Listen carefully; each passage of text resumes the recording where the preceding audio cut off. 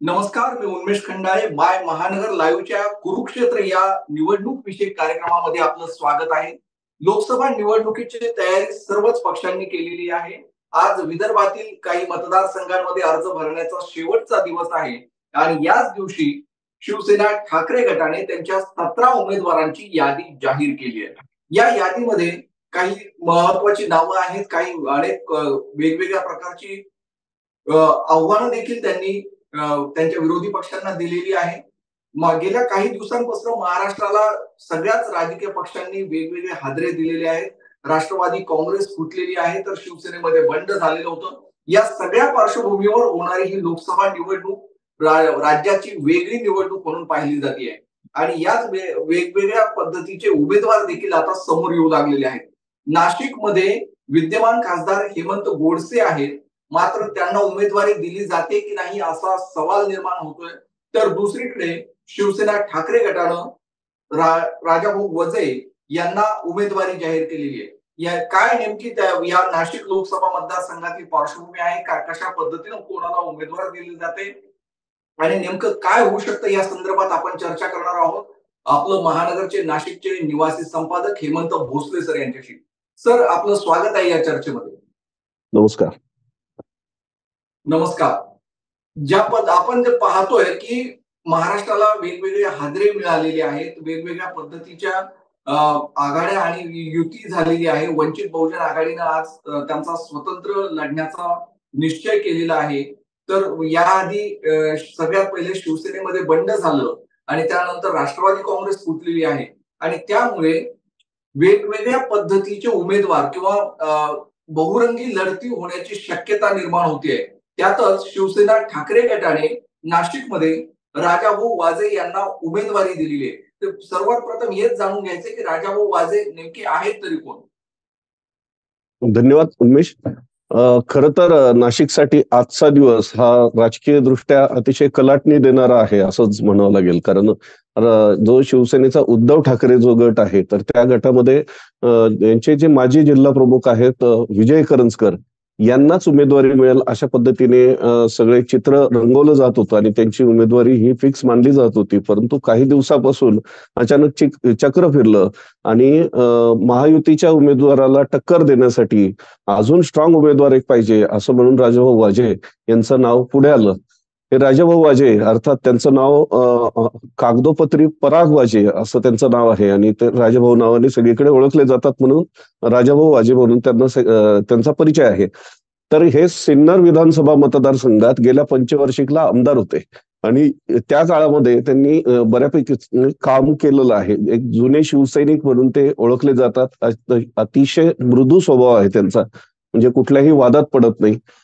शिवसेनेचा शोभेचा जो स्वभाव असतो, जो आक्रमकता असते, ती मात्र राजाभाऊ वाजेंमध्ये दिसत नाही.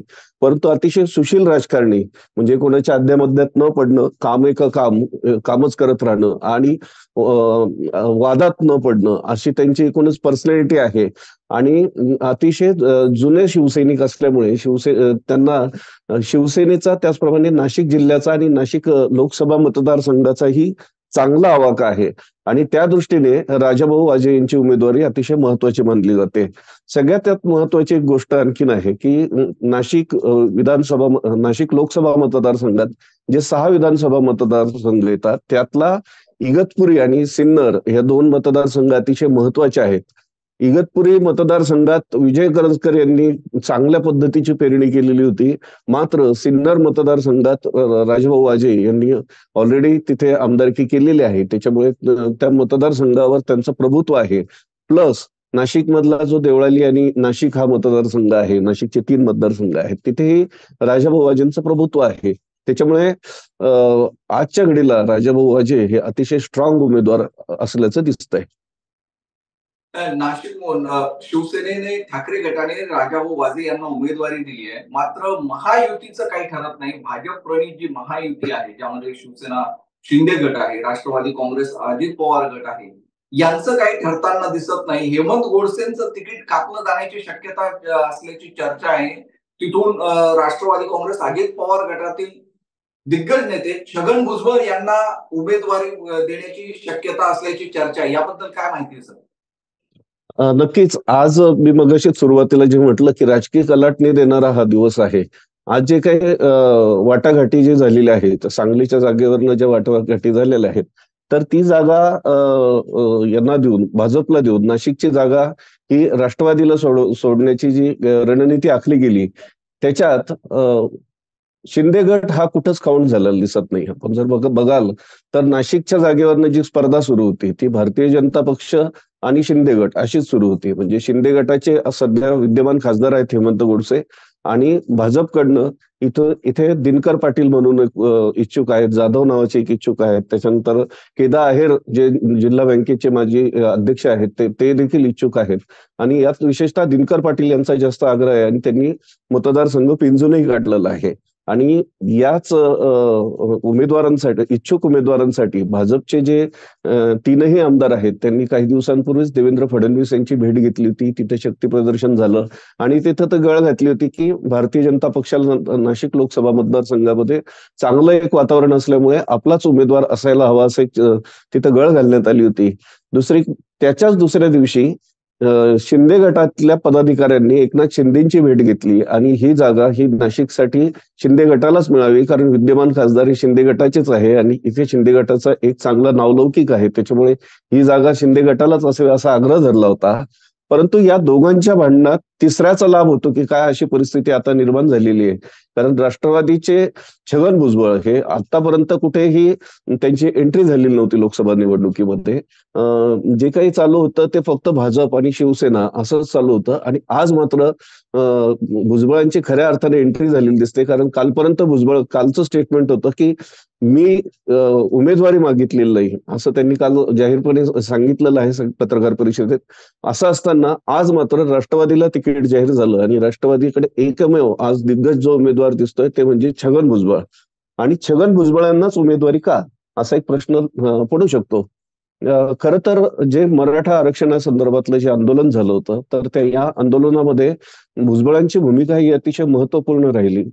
जोपर्यंत मनोज जरांगे पाटील यांच्या विरोधात कोणीही ज्या वेळेला बोलायला तयार नव्हतं त्यावेळेला भुजबळांनी एक स्टँड घेतलेला दिसतोय आणि त्याच वेळेला त्यांनी जरांगे पाटील आणि भुजबळ हा वाद रंगलेला दिसत होता. आणि त्यावेळेला भुजबळांनी थेट थेट मराठा समाजाचा हा विरोध घेतलेला दिसतोय.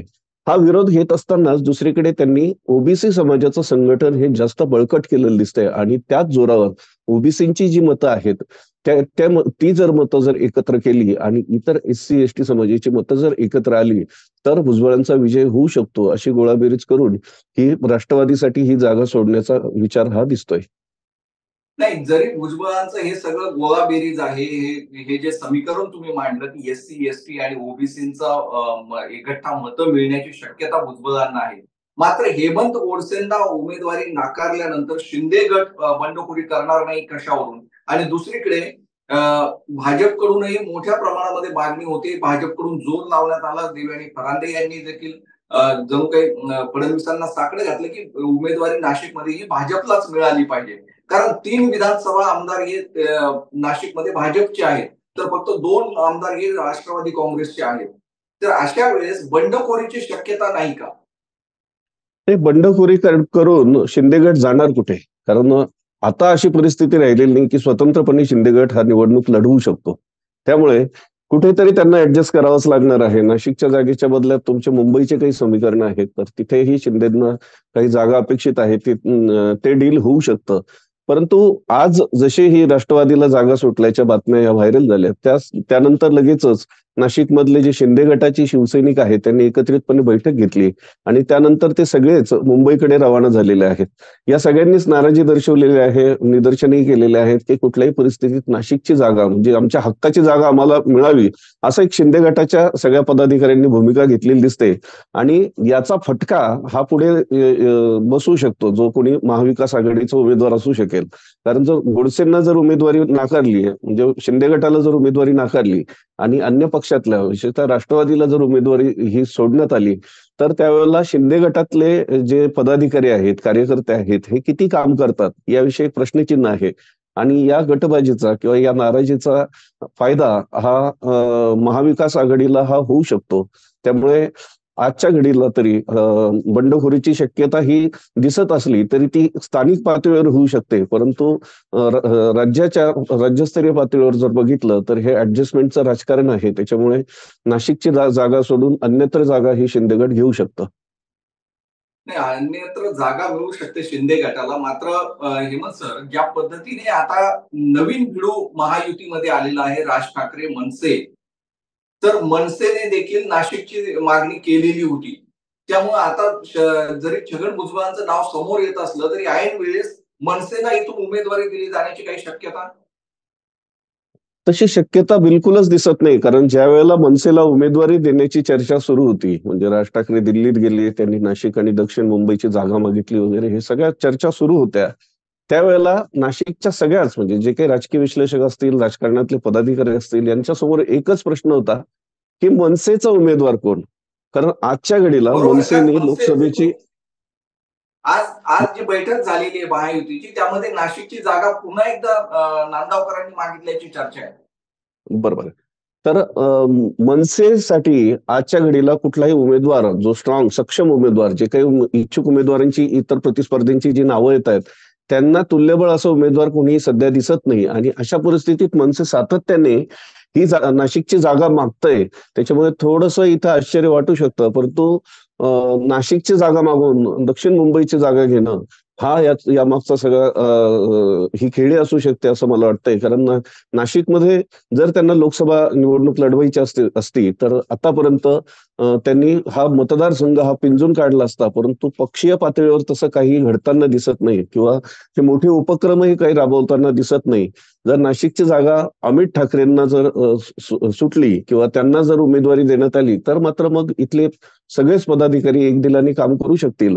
तसा जर काही विचार असेल तर कदाचित मनसेला ही जागा सुटू शकते. परंतु जर अमित ठाकरे उमेदवार नसतील तर मग पक्षातनं अन्य पक्षातनं कुणीतरी उमेदवार आयात करावा लागेल. आणि राज ठाकरेंनी वर्धापन दिनाच्या भाषणातच सांगितलं होतं की दुसऱ्यांचे पोरं आम्ही कड्यावर घेऊन फिरणार नाही, आमच्याच लोकांना आम्ही उमेदवारी देणार आहोत.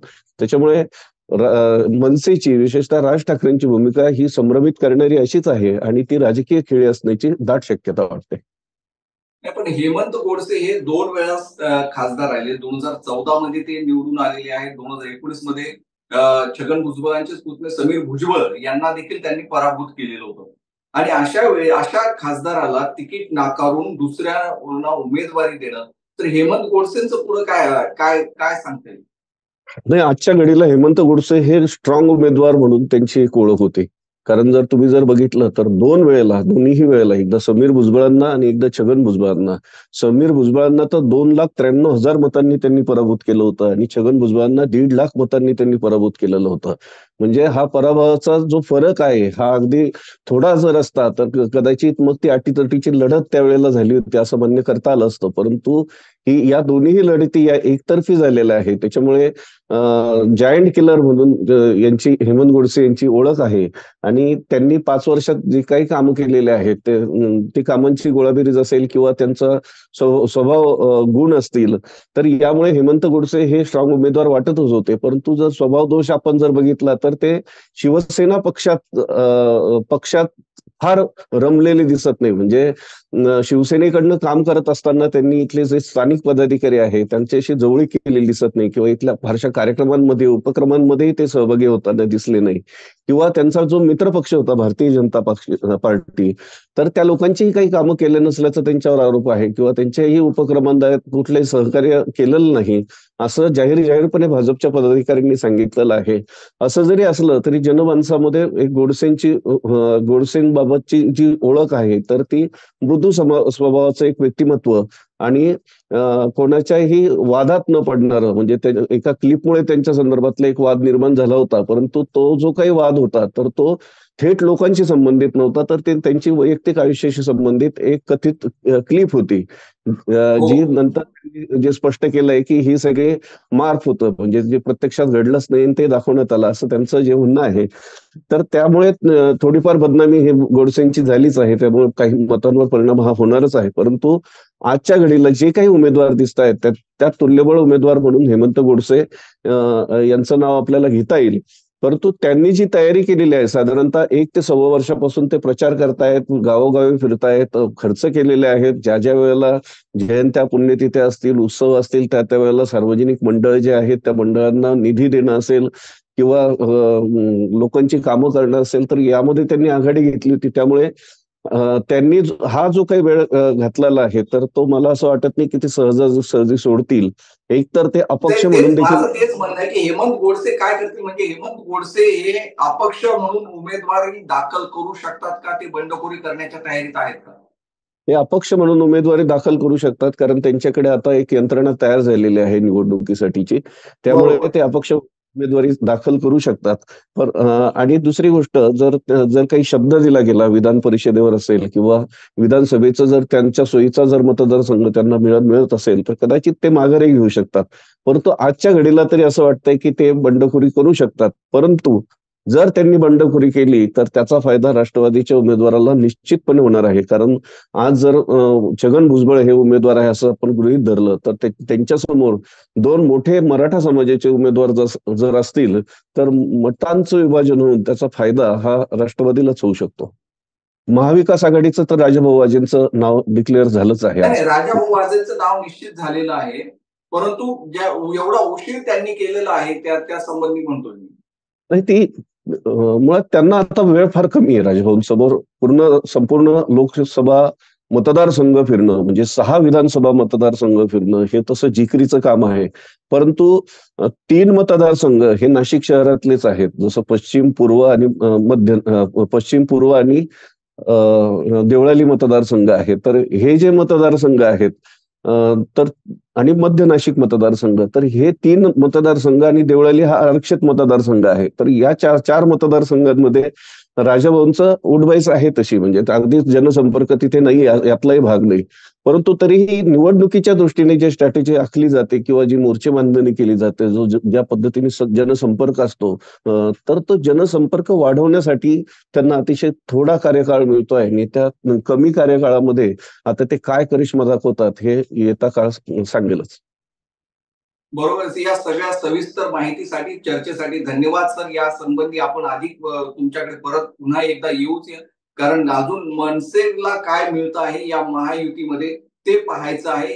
या संबंधीच्या अधिक बातम्या जाणून घेण्यासाठी माय महानगर लाईव्ह या आमच्या वेबसाईटला व्हिजिट करा. त्यासोबतच या संबंधीचे अधिक व्हिडिओ पाहण्यासाठी माय महानगर लाईव्ह या आमच्या युट्यूब चॅनलला सबस्क्राईब नक्कीच करा आणि ताज्या घडामोडी जाणून घेण्यासाठी माय महानगरच्या फेसबुक, ट्विटर, इंस्टाग्राम या सोशल मीडिया अकाउंट्सला लाईक आणि फॉलो करा. धन्यवाद.